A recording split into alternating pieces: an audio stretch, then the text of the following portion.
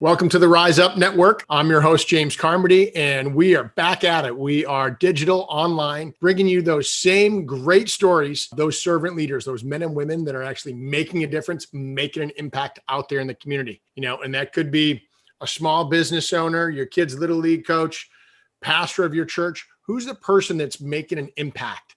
Those are the stories that we're highlighting. Those are the people that we want to give the platform. We want to have Rise Up be a venue for them to share their stories with our community and our network, furthering the good news and furthering missions.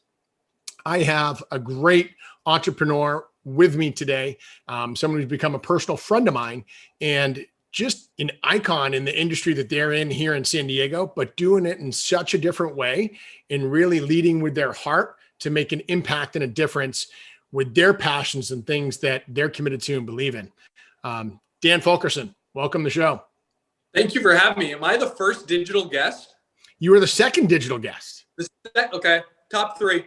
Top three, baby. Yep. Top three. I love it. Yep. No, it's good to see you back on here, man. I was wondering when we were going to get back going. So thank you for having me.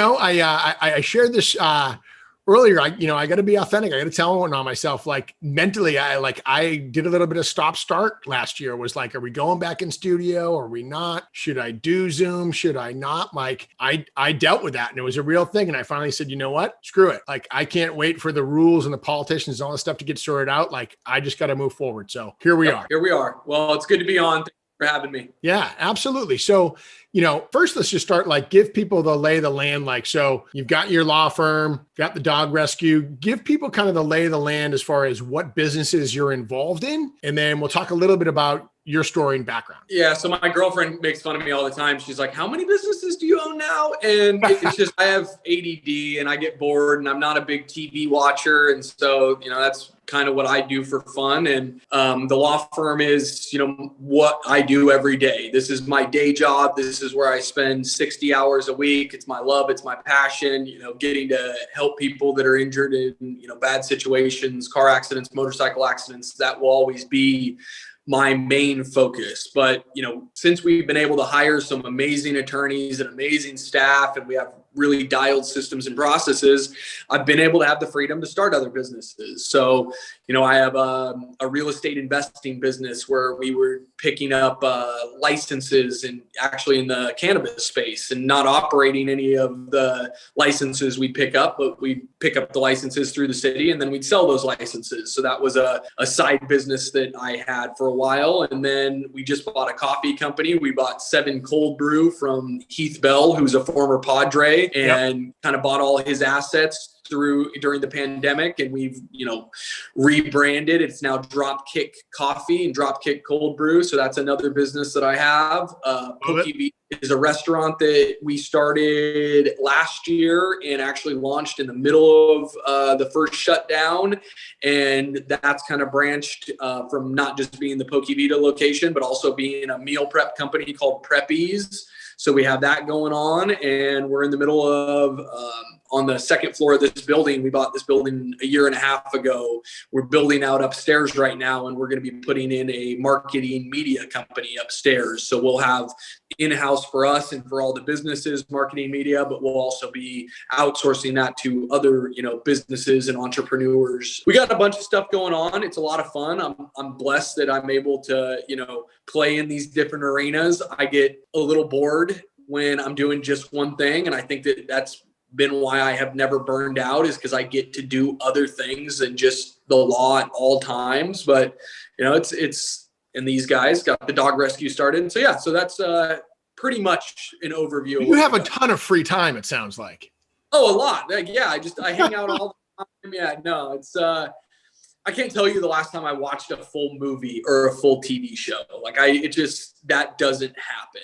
And so I need a vacation, but luckily we can't go anywhere right now. So here we are, and I'll keep working till I'm told that we're allowed to travel again. And then maybe I'll take a week off and go sit on a beach for a little while. There you go. So sort of recap.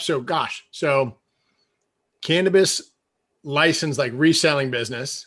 Yeah. So I'd go through the process with the San Diego City Council, right? Because they would give out a number of licenses and I know how to maneuver through that process. So I would go through the process, get the license, just the piece of paper that says you open a dispensary or whatever it is. And then I would sell that license to someone else that wanted to operate, right? Because I didn't get into the gray area with, federal and state legality not coinciding. So I was very careful about how I did it, and the safest way to do it was just to get the license, because then you're simply getting a piece of paper and a permit from a city entity, and you're selling it in a real estate transaction. So that's how I pivoted, and we were able to pick up 4 licenses locally, and just offloaded them last year. So that company's kind of died down, but it was a very lucrative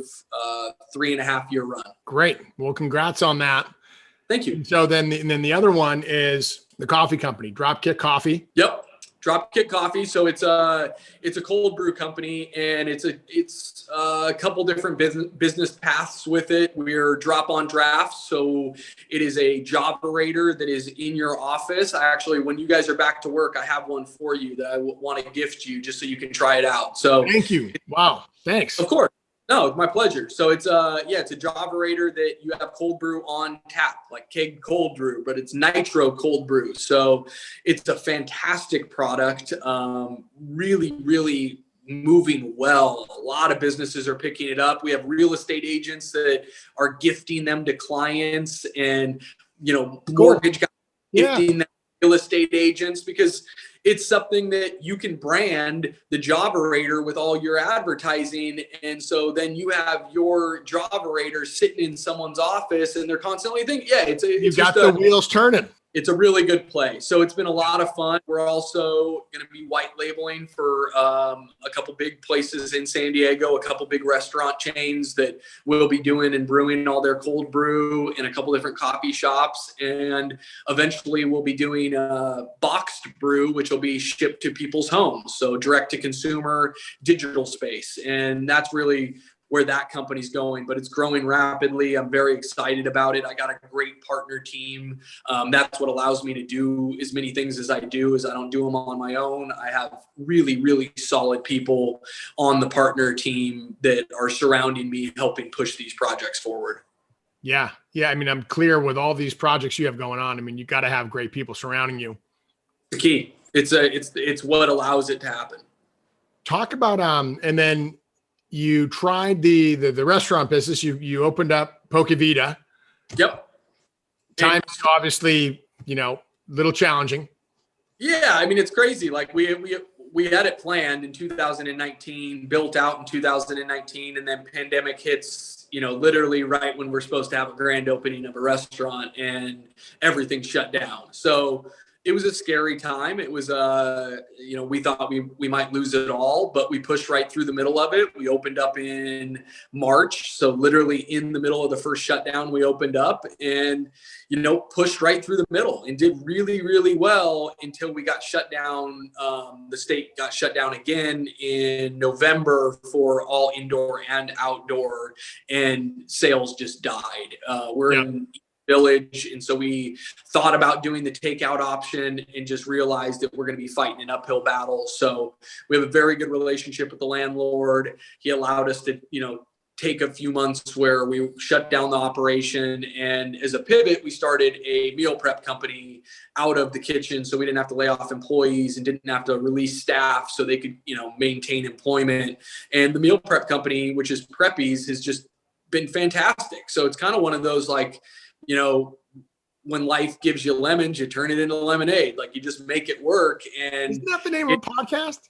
It is the name of a podcast. I think people can go find it. It actually is my podcast. I didn't even mean to drop it, but it works. So it's nice because we'll open Poke Vita back up in the next couple months, and then we'll have the meal prep line to help supplement the business. So the business should be even stronger than it was in the first place, which is fantastic. So, all things happen how they're supposed to. And that's what I've been trying to tell people throughout this whole process is keep a smile on your face, keep moving forward, because what else can you do? And look at pivot moves. Like, there's going to be a lot of changes in our society over the next 5 to 10 years. And if you're not willing to change with it, like, it's going to be a hard time for you. But if you're willing to keep your head on a swivel and, hustle, I think there's a lot of opportunity that's out there. Absolutely. Absolutely. I mean, if you are creative and you can adapt, there's always going to be an opportunity. What it is. And you can either be, the person that's the victim, or you can be the victor, and that's your choice in everything in life. And I don't want to ever be a victim. So we move forward. There we go. And then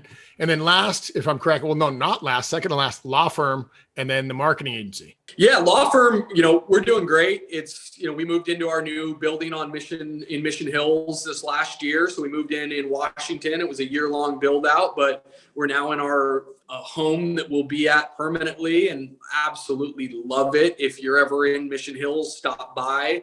You can't miss it. It's, bulldogs on everything. There's a light up bulldog that looks like a bat symbol on top of this bad boy. So you see it as you're driving down the 5, all lit up at night. In the law firms, we've been doing great. It's people don't realize courts are still shut down.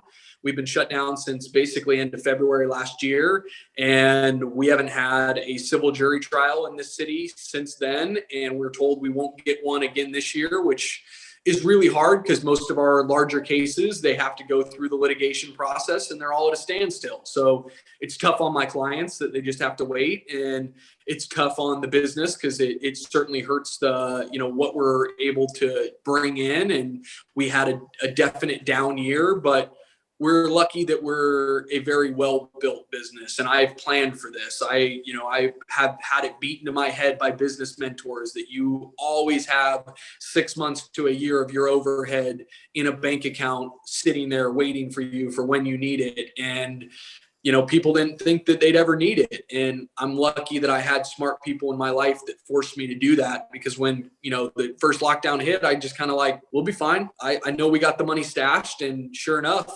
it's been a godsend to have that. So we'll make it through just fine. We're excited to be able to get back into court, excited to be able to go do what we love and do what we do, but been helping people throughout the whole process. And so thank God law firm's good. Good. Well, I mean, you are very smart, successful. Having those kind of reserves and having the war chest and being ready makes so much sense. Yeah. And I hope this was a wake-up call for people. Like, I hope everyone starts to realize, like, you need to have that in your personal life. You need to have that in your business life. Like, life's curveballs, right? Like, there's always going to be curveballs thrown, and you don't know. I thought I was in a recession-proof business. Like, I thought that I was recession resistant, where if the economy went bad, which it has in like 2008, we would get busier. And this was the first time where I'm like, oh, you lock everyone in their homes and you shut everything down, like that is going to impact me tremendously. And so it was a scary February and March and April. I had a lot of anxiety and what's going to happen, but you get through that and you push forward. Yep. And then the marketing company, how did that come about? So I love marketing. That's my background. I did my MBA in marketing at the same time I was doing my, one of my emphases was in marketing at the same time I was doing my law degree. So that's what makes I absolutely love being able to create brands, to be able to create marketing campaigns. Like, that's just something that I have a lot of passion for. I do all of our marketing for Batta Fulkerson. I run it, and I do all of it, all the posting, everything. And so it's always been something that I've had a lot of passion behind. And we had the opportunity through the pandemic to merge my in-house marketing with another marketing company, and we're going to be placing them in part of the upstairs of the building. So we'll have everything internal in-house to be able to run marketing for all the businesses, but we'll also be doing marketing for other business owners, other entrepreneurs, whether it's just simple content that they need and editing needs, or if they need marketing, branding campaigns and they need help with direction. I love doing it. And so it's always been something that I've wanted to start. And now we have the space and the opportunity. And, it's a blessing because it allows me to continue to build my life around all the things that I love. And I don't like doing just one thing. I get burnt out if I just do one thing. So this allows me to go, okay, well, Monday through Friday, I'm a lawyer, but in the evenings, I get to play with the marketing. And in the weekends, I get to do, dog rescue, and it keeps me going and it keeps me fulfilled. I mean, you are like a freak of an entrepreneur. It's in a great way, and that is a testament to who you are and your personality and like all the impact you want to make. I appreciate it. I mean, I have a lot of mentors in my life that I try to follow and try to follow the path. And I'm from Jeff Fensters to the Jason Cisneros to I have a lot of amazing people that help push me. And the way I look at it is I'm 36 years old, and I think I've said this to you before, I live my dream every single day. So I'm just trying to maximize potential, maximize what I'm giving back to the world and to the community. And I don't want to have regrets. I don't want to be 60 years old or 70 years old and looking back and going, well, what if I would have applied myself more? What if I would have gone harder? What if I would have, taken on these, risks that, I was too scared to take on. And to me, regret is the killer. That'll eat at you. And it's not something that I'm going to deal with. I refuse to deal with that. Yeah. I mean, I love that mindset. It's a warrior's mindset. It's a mindset of perseverance. Let's back up a little bit, because I want the network and the audience to get to know Dan. You have this entrepreneurial spirit. You have all these things that you're passionate about, but let's back up. Where did you first start to get the creativity, the fortitude? I know you grew up in Idaho and then you came here for college, but What were some of the things that were, some highs for you and some lows, some things that you had to break through? So I'm from a small town in Idaho. It's growing now. I mean, Idaho is just booming, but I'm from Eagle, Idaho. And when I was living in Eagle, there was one red light. I lived on, a 5-acre parcel of land with horses, chickens, goats, cows, dogs. That was how I grew up. And my mom was, single mom for us 3 kids living on that property. And so it was a lot of work. And so I think that work ethic was instilled early on, and, having to wake up and move sprinkler pipes and deal with chickens before you go to school. And that was just part of life. But it was also one of those things where I didn't like manual labor. I hated every second of it. I'd do it, but I didn't like it. And so when I, graduated high school and I had the opportunity to leave, was see you later. I'm not cleaning another horse stall for the rest of my life. I'm going to California. And I didn't have any the means, I didn't have, money behind me. So I got to San Diego and it was a struggle. I went to Mesa College. I went to Mesa because I couldn't afford to go to San Diego State, and I needed to get in-state tuition because there was no way I'd ever be able to afford San Diego State without a state tuition. So went to Mesa for 2 years, got my in-state tuition. I remember being embarrassed that I was at community college. I remember people asking me what I was going to do with my life, and me back then telling them I was going to be an attorney, and them laughing at me to my face and saying, "You're at Mesa College, you should get other dreams." And that I kept that. Still remember those conversations very vividly today, and it lit a fuse where it was okay, thank you very much. I'll see you in 15 years. Yep. Put that chip in my shoulder. I'll circle back. Yeah, and I appreciate it now, right? As much as I was irritated by it at the time, it was the steam that powered the dream, and it was necessary and needed. And so transferred to state and got an opportunity at San Diego State through a gentleman named Doc Stoddard to go study abroad at Oxford, and got invited back for a second semester to tutor at Oxford. And that was probably one of the most eye-opening experiences of my life, because it was so much bigger than me. And I was a kid, farm town in Idaho, learning from people that sat on presidential cabinets, and I saw the world in such a different perspective. And I also realized when I got invited back to tutor that if I applied myself, that I could do some special things, and that if I applied myself, I'd find that I was different, and I'm built different than others. And that grew, and that confidence grew. And when I came back, that's when I, went and took the LSAT and the GMAT, and, got accepted and was lucky enough to get a scholarship from my law school and started my MBA at the same time. And that was what kind of started me down that path. But it wasn't without a lot of grind. Like, it wasn't without a lot of years living that ramen noodle diet. Like, I survived working as a valet at Stingery nightclub, and I was at Stingery for 8 years, starting Thursday, Friday, and Saturday, and then going Friday and Saturday. But from, 7:30 till 3:30 in the morning, that's where you'd find me. So I didn't have a social life. I didn't get to go party. I didn't get to go hang out with my friends on the weekend. Like, I sacrificed all of that because I didn't have much of another choice to be able to make it here.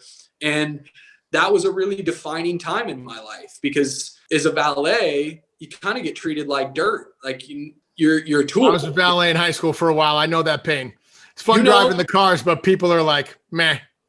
Yeah, like, how many times I was called Bud and Chief and Tiger, and like, I'm like, come on, man, I parked your car every Friday night for the last 7 years. You don't know my name? Like, but you realize a couple things. You realize that, one, you should treat everyone the same no matter what they do, right? Like, and that's I think that's the biggest reason I live my life like that, is because of what I experienced. Is I treat everyone, whether you're working in a restaurant, whether you're, whatever. I don't care what it is, whether you're a janitor, whether you're a CEO of a Fortune 500 company, whether you're a pro athlete. Like, I'm going to treat you exactly the same as I'm going to treat anyone else, because I just think that should be the way that you live your life. Like, it shouldn't matter what someone does or what someone can do for you. And I got so much of that as a valet, but I also had the people that would treat me with respect and would get to know me. And those are the people that I've carried along with as friends in my life, who now I get to do business with. Right. And that's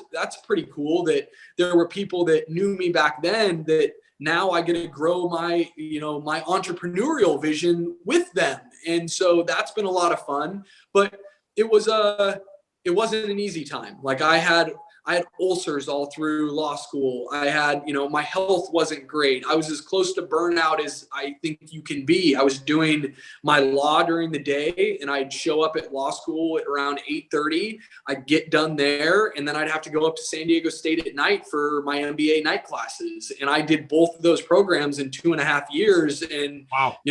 I think I'm probably, it's something I'm very proud of. I think I'm one of the only people that have done a JD MBA in less than 3 years. And it was a challenging time, but again, it fed my confidence, and not my ego, but my confidence. It just showed me that if I'm willing to work hard and I'm willing to put in the time, that I can do some pretty amazing things. And I think that was a big fire that was lit under me.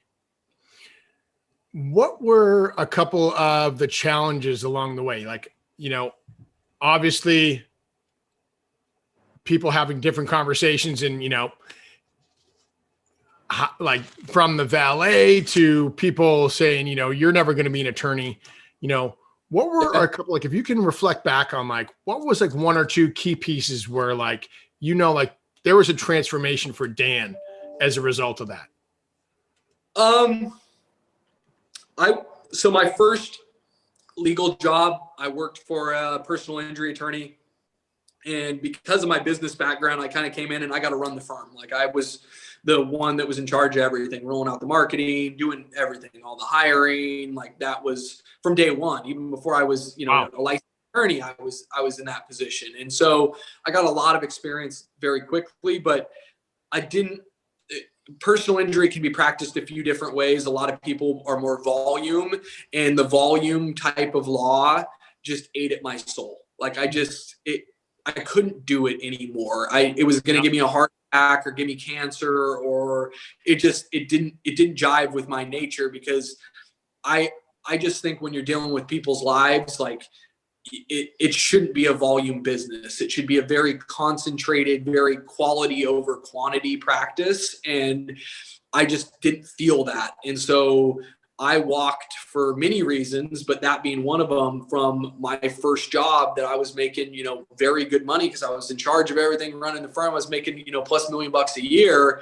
And I walked to nothing. And literally everyone in my life told me that I was making a huge mistake and that I shouldn't do it. And that, what are you doing? You're not going to be able to start your own law firm at 31 years old. You're going to fail. And it was hard to have some of the people that are closest in my life. Like, I thought I'd proven myself by then. Right. And they didn't have confidence that I was going to be able to make it. And it sucked because I had all the confidence in the world. Like, I knew I was going to be fine. I knew what I was doing. I knew what I could build, but all the people that were around me didn't. And that was 4.5 years ago. My day I left was 4/19/2016. My first day starting my own firm was 4/20/2016.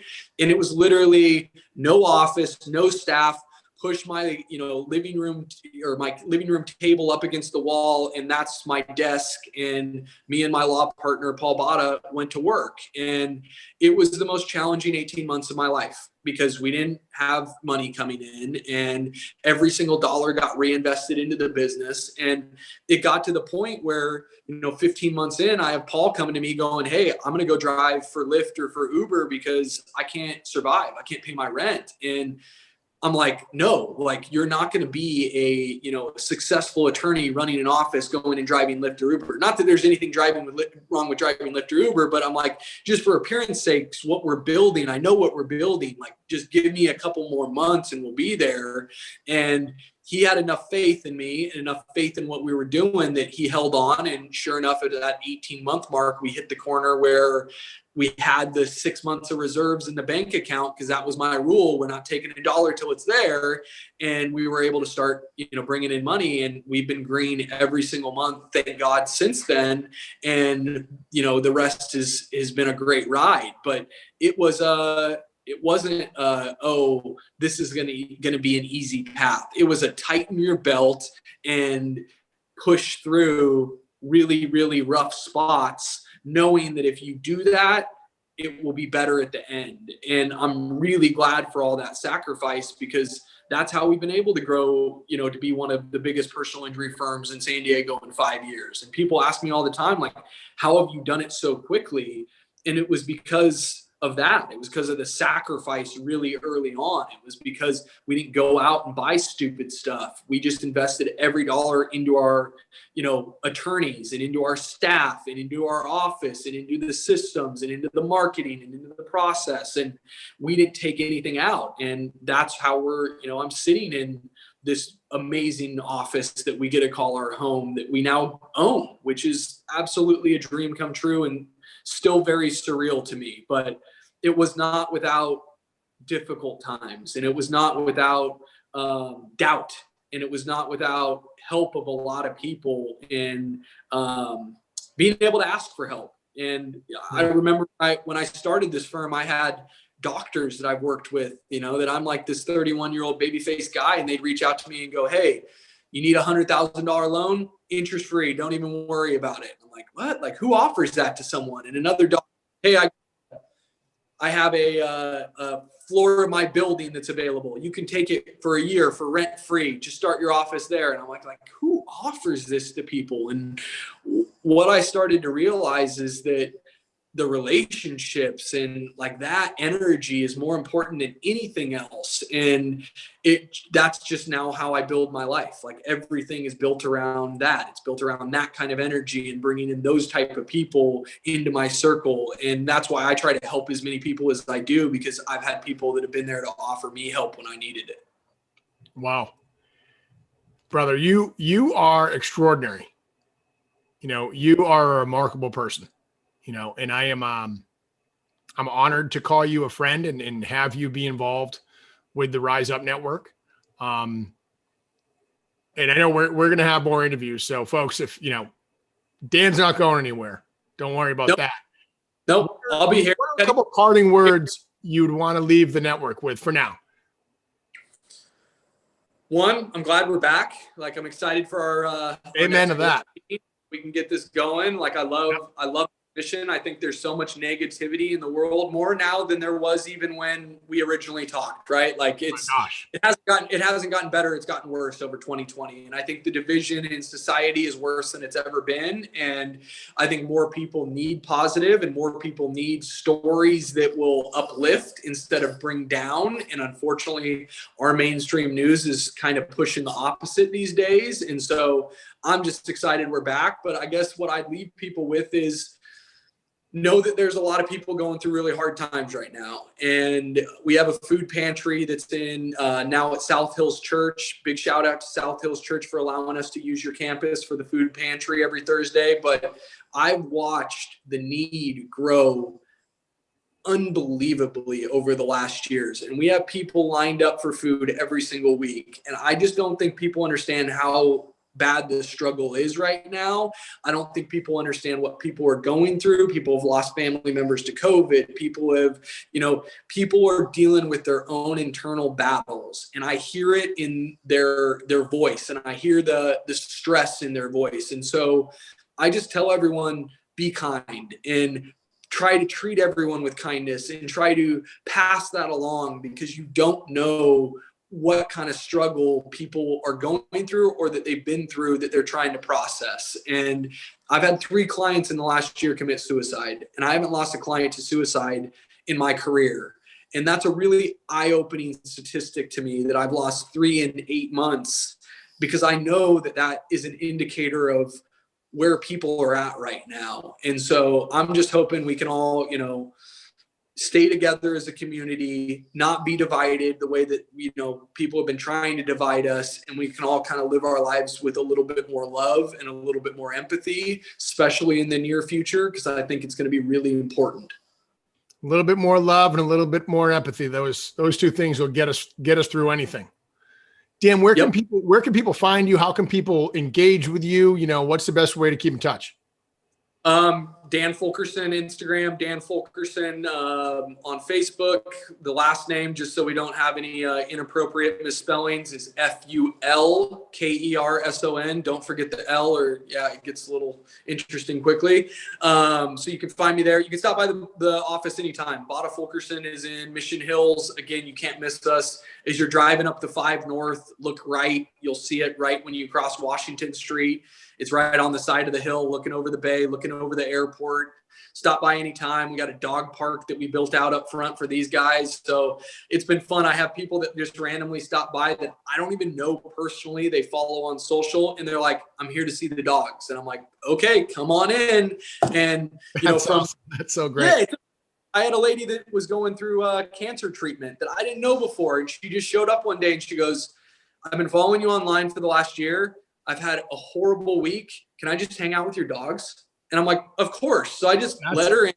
Awesome. And I left her in the office for about 10 minutes, and I came back and she's laying on the ground with old French bulldogs laying on her. And I'm just like this is what I wanted to build. Like, this is exactly what I wanted to build. So anyone's always welcome. You can reach me anytime. My cell phone is always on me, 858-252-2222.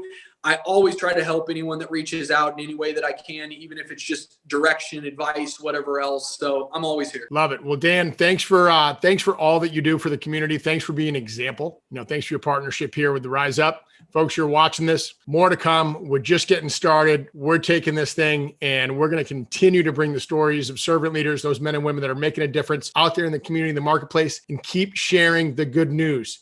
And as Dan Fulkerson said, lead with love and empathy. We'll see you at the next episode.